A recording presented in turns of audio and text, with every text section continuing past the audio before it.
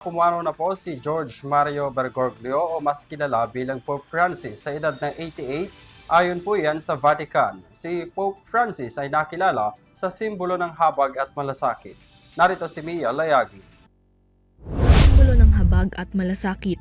Ganito nakilala at minahal ng simbahang Katoliko sa buong mundo si Jorge Mario Bergoglio o Pope Francis, ang kauna-unahang non-European na italaga bilang Santo Papa. Kaya nga gano'n na lamang din ang pagbuhos ng pakikiramay para kay Pope Francis matapos kumpirmahin ng Vatican Church ang kanyang pagpanaw Lunes ng umaga sa edad na 88. Ikinagulat ng Catholic community ang balitang ito, lalo pa at nitong linggo ng muling pagkabuhay ni Jesus o Easter Sunday ay dumalo pa ang Santo Papa sa misa sa Roma. Ito ang kanyang pinakamalaking aktibidad magmula ng ma-discharge mula sa mahigit 30 araw na pagkaka-ospital dahil sa double pneumonia at ilan pang komplikasyon sa kalusugan. At sa kanyang pagpanaw, binalikan ng buong mundo ang kanyang mga naging gawi sa loob ng 12 taon bilang puno ng simbahang Katolika bago siya pumanaw. Bilang kauna-unahang Santo Papa na ipinanganak at lumaki sa labas ng Europa, higit ding nakilala si Pope Francis sa kanyang kababaang loob at ambisyon na mas mailapit ang simbahan sa mga mamamayan.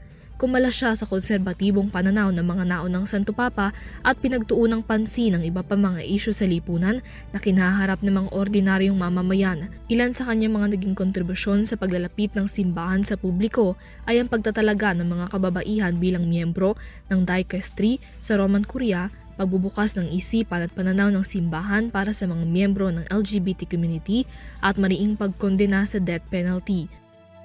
Have you walked the pavements where they sleep? At para sa mga Pilipino, masakit din ang magiging pamamaalam ng sambayanan para kay Pope Francis o Lolo Kiko. Si Pope Francis ang ikatlong Santo Papa na bumisita sa Pilipinas at ang kanyang papal visit noong Enero 2015 ay naghatid ng pag-asa at bagong simula para sa mga Pilipino. Partikular na para sa mga naging biktima ng paghagupit ni Bagyong Yolanda at Ruby sa Tacloban at Palo Leyte. Naging malapit din siya sa mga bata na buong puso rin siyang sinalubong sa kanyang naging pagbisita. Ang kanyang papal mass sa Luneta ang itinuturing ngayon na pinakamalaking papal crowd sa kasaysayan na may 6 hanggang 7 million na mga nagsipagdalo.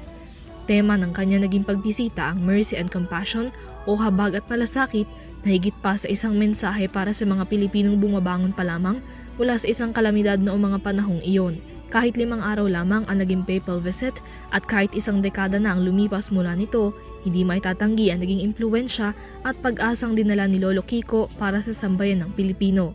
Para sa EuroTV News, Mia Layagin sumasaludo sa bawat Pilipino.